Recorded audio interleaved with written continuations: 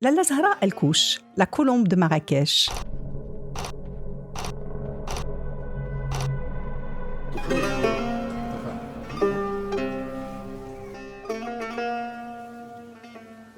Elle est surnommée la colombe de Marrakech, où elle était estimée dans toute la ville et dans sa région, autant pour sa grâce que pour sa pureté. Cette jeune femme avait la vie d'une anachorète solitaire, jeûnant 2 jours par semaine, été comme hiver. Elle était connue pour son aide aux démunis, riche de ses vœux de pauvreté, honorée pour son mépris des biens de ce monde. Son tombeau était visité juste par les femmes qui lui enviaient sans doute sa force et sa liberté. Qui est-elle précisément ? Son nom est Lalla Zahra El-Kouch. Elle appartient à une famille de vertueux ascètes, de savants éminents et d'ardents combattants connus sous le nom d'El-Kouch. Un nom qui désigne une personne noire de peau, puisqu'il fait référence à Kouch, fils de Ham, fils de Noé, dont les descendants seraient, d'après les légendes, les fondateurs de l'Éthiopie. Un des grands représentants de cette famille n'est autre que le théologien, mystique et moujahid Sidi Abdallah El-Kouch, décrit justement comme noir de peau, expliquant le nom de famille. L'histoire retient qu'il avait été emprisonné à Azmour, auprès du moujahid, adepte de la Jazoulia, Sidi Abdallah Sassil Bousbahi, dans le cadre de leur combat commun contre les occupants portugais. Il n'avait d'ailleurs été libéré qu'après paiement par le Saadien Ahmed Laraj d'une rançon de 22 000 ducats au gouverneur Luis de Loureiro. Mais si le soutien des mystiques et des Zaouïas à la dynastie saadienne est souvent mis en avant dans les récits, les épisodes chaotiques entre le pouvoir central et les détenteurs du pouvoir spirituel le sont un peu moins. Dès 1551, le sultan saadien Mohammed Cheikh avait mis quelques chefs de Zaouïa à l'épreuve, gênés par leur pouvoir et par leur prestige auprès des populations, d'autant que certaines Zaouïas s'étaient opposées à son nouveau système d'imposition. C'est ainsi que le Saadien a fermé à Marrakech la Zaouïa de Sidi Abdallah ben Mes'oud El-Kouch, qui était grand disciple du Cheikh El-Fallah à Marrakech, maître spirituel lui-même de Mohammed Sktani dans l'Anti-Atlas. Le sultan l'a ainsi exilé à Fès, où Sidi Abdallah El-Kouch a été tué en 1552 par des cavaliers Angad à coups de lance. De cette filiation à Marrakech est issue Lalla Zahra, dont la mère serait d'origine Fassi. Dans son Mumti' al-Asma', Mohammed el-Mehdi el-Fassi avance avec d'autres auteurs que Lalla Zahra El-Kouch est la fille du cheikh Sidi Abdallah ben Mes'oud, ce qui nous paraît improbable si on suit la chronologie des faits, à moins que les événements suivants liés à sa vie se soient déroulés alors qu'elle approchait les 60 années ou que Moulay Zidane n'était pas encore proclamé.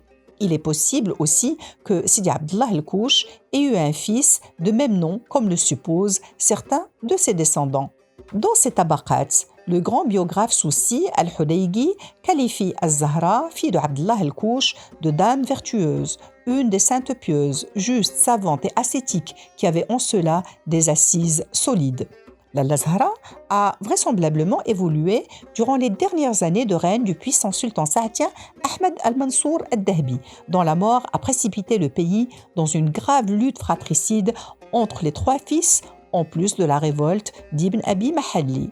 C'est ainsi que Marrakech, la capitale impériale, a vu se succéder depuis la mort d'al-Mansour et en l'espace de 6 ans, 4 souverains différents en 6 règnes avant que le prince Zidane ne l'emporte durant l'année 1609, obtenant la proclamation comme sultan légitime. L'époque restait marquée cependant par une succession de batailles plus invraisemblables que la fiction, dont les effets aussi cruels que l'entrechoquement des armes parvenaient aux populations recrues d'horreur, livrées à l'insécurité et à l'anarchie, gémissant sous le poids de la cherté des denrées, accablées par les lourds impôts qui servaient à alimenter tous ces ravages insensés. Lalla Zahra a vécu sa tendre jeunesse dans ce contexte politique trouble. Elle a reçu sa formation auprès de son père à Marrakech, notamment en sciences religieuses. Sur le plan personnel, nous avons juste les échos rapportés dans divers ouvrages biographiques relatant le destin de Sidi Abdallah El-Kouch, où il est fait mention de l'ascétisme de Lalla Zahra, de sa science et de sa beauté. Nous savons que toute sa famille a subi les contre-coups politiques entre emprisonnement, exil et disgrâce. Nous savons aussi qu'elle n'a jamais été mariée par choix assumé. Est-ce son vécu familial et les événements politiques liés qui ont influé inconsciemment sur ses orientations? Sans aucun doute. Le fait est qu'elle avait refusé les avances répétées du sultan Moulay Zidane demandant sa main et refusé par la même occasion tous les palais et les biens présentés. C'est la seule qui a eu le courage d'affronter le sultan et de lui tenir tête là où des hommes de toute origine, de tout milieu et de tous les âges ont courbé l'échine, ce qui n'a pas empêché Lalla Zahra de goûter aux affres de la prison. Mohamed Salah al-Nasser el-Wallati écrit à ce sujet que le sultan Moulay Zidane avait voulu épouser la fille du théologien Sidi Abdallah el-Kouch, l'érudite et mystique Zohra el-Kouch, mais elle a refusé et a été donc soumise à l'épreuve de l'arrestation et de l'emprisonnement jusqu'à ce qu'un groupe de juristes et de notables soit intervenus pour la libérer. Au faste du palais et à la puissance du pouvoir, Lalla Zahra el-Kouch a préféré sa hutte au pied de la Koutoubia où elle serait morte en 1020 ou en 1027 selon les auteurs, soit l'année 1611 de l'ère commune.